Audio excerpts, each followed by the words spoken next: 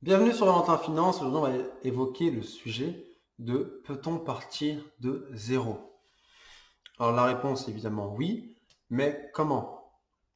Le plus compliqué, je pense, pour un entrepreneur, c'est de ne pas se disperser et de savoir où il va, avoir une ligne de conduite. Je dois vous l'avouer, au début, quand j'ai commencé, donc avant de créer la société Hyperion qui est maintenant profitable, donc qui génère des bénéfices, j'ai créé quelques entreprises qui, faut l'avouer, étaient soit loufoques, soit étaient plutôt bien. Donc j'étais même assez fier d'une entreprise qui m'a rapporté 800 par jour, puis qui a fait faillite au bout d'un mois, et qui m'a fait perdre de l'argent au final. Donc ça ne servait à rien parce que j'étais un petit peu, entre guillemets, faut l'avouer, j'étais un petit peu stupide sur ce plan-là, donc je ne savais pas gérer l'entreprise. Et évidemment, comme j'étais, entre guillemets, un idiot, le business a fait flop. Alors, faut-il être motivé? Peut-on partir de zéro? Alors oui, faut être motivé, mais il faut surtout être bien entouré. Puisque j'avais tenté plusieurs entreprises différentes, j'ai même tenté du dropshipping où j'avais perdu beaucoup, beaucoup d'argent, en tout cas beaucoup pour un étudiant. Ça montait quasiment à 3 000 euros. Donc j'ai dû me taper des tafs étudiants tout l'été, rien que pour rembourser la perte.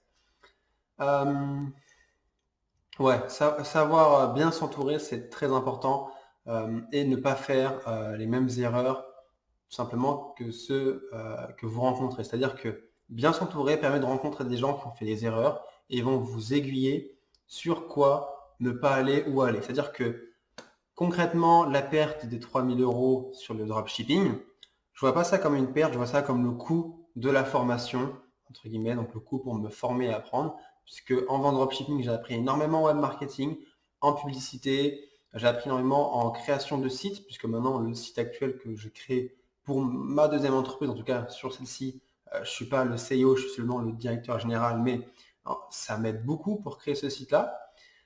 Donc, oui, vous pouvez partir de zéro et vous lancer seul. Sachez qu'il y aura de la casse, évidemment, il faut le savoir, il faut réussir à se relever. J'ai dû mettre peut-être 2 ans à créer une entreprise qui génère vraiment des bénéfices vraiment notables.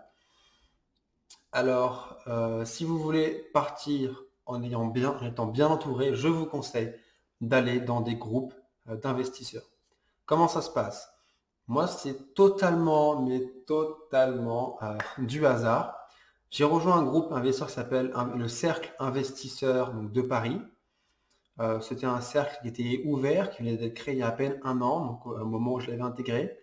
Et il se trouve que dans ce cercle, j'ai pu rencontrer énormément de personnes qui pèsent dans le milieu de l'investissement. J'ai pu rencontrer personnellement et discuter personnellement avec Olivier Séban, qui était venu dans ce cercle discuter d'immobilier.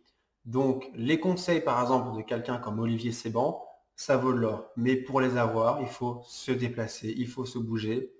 Euh, j'ai pu rencontrer quelqu'un aussi avec qui discuter de bourse, puisque tout ce que j'avais emmagasiné en connaissance sur la bourse, donc en analyse fondamentale, c'est ce que je fais. Donc, j'investis massivement en analyse fondamentale en bourse.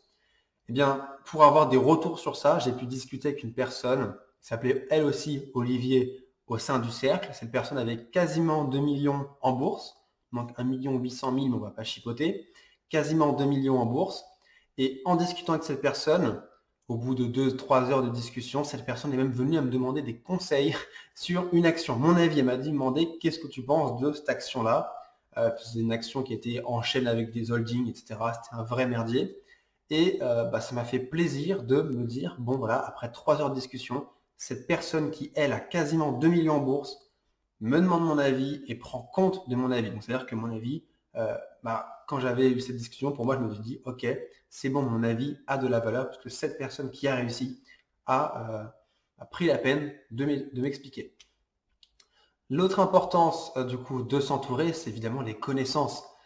Durant une soirée, on était tous du coup, parce que des fois le cercle immobilier, on se rejoint dans des pubs. J'ai rencontré un banquier d'affaires d'HSBC, donc c'est pas ce qu'on rencontre dans la rue où on est dans la boulangerie, en tout cas pour discuter d'affaires. Et cette personne m'avait conseillé pour investir dans mes parkings, puisque j'investis dans les parkings en tant qu'étudiant, mais j'étais un petit peu bloqué au niveau de la banque. Et cette personne m'a donné des conseils qui valent de l'or, en tout cas par rapport au crédit étudiant. Elle m'a donné des conseils sur le crédit étudiant qui valaient de l'or, mais qui étaient tout bêtes et évidents. Donc oui, Vous pouvez partir de zéro si vous vous entourez des bonnes personnes. Retenez bien cette phrase. C'est une phrase qui m'a vraiment marqué profondément. Nous devenons la moyenne des personnes que nous côtoyons. Si vous côtoyez que des personnes qui vous disent non, c'est pas possible, de toute façon tu vas perdre de l'argent en bourse, ça n'existe pas la bourse, euh, tu vas perdre de l'argent en immobilier, blablabla, blablabla. Évidemment, pour vous tirer vers le haut, c'est compliqué. Si vous fréquentez des gens, par exemple, qui ont plus de 2 millions en bourse, qui vous disent que votre méthode elle est bien ou qui vous disent qu'elle n'est pas bien, qui vous corrigent, que vous rencontrez des gens, par exemple, comme Olivier Séban, qui vous conseillent sur l'immobilier, etc., évidemment que ça va vous tirer vers le haut. D'où l'importance de bien s'entourer. Donc, si vous êtes en Ile-de-France, sur Paris, vous pouvez faire des recherches sur Meetup, c'est un site où vous pouvez rencontrer des groupes, faire des demandes d'adhésion pour le cercle immobilier, par exemple, de Paris. L'adhésion est gratuite, il y a plus de 1000 ou 2000 membres maintenant. Donc, ils organisent même des gros séminaires. J'ai même eu la chance, puisque en discutant avec plein de gens là-dedans, de passer en présentation avec un micro pour expliquer la bourse, du coup, aux autres adhérents. Ce que d'ailleurs, j'aimerais bien renouveler, pardon. J'aimerais bien retourner, par exemple, sur scène, sur un gros séminaire et présenter tout simplement la bourse d'analyse fondamentale, voire partager ça gratuitement avec les adhérents, tout simplement parce que je pense que l'investissement, euh, si on est tous ensemble et qu'on s'apporte de la valeur tous ensemble, on ira franchement beaucoup plus loin que si on reste chacun de notre côté à garder nos infos, voire essayer de se la vendre à 1000 euros à la formation. Si vous êtes personne, entre guillemets, et que vous arrivez de nulle part, vendre une formation à 1000 euros, c'est un peu osé. Évidemment, si vous êtes quelqu'un, par exemple, comme Olivier Séban, qui est très demandé, qui connaît bien, il peut se permettre de vendre des formations plus élevées puisqu'il ne peut pas être ou accompagner tout le monde personnellement.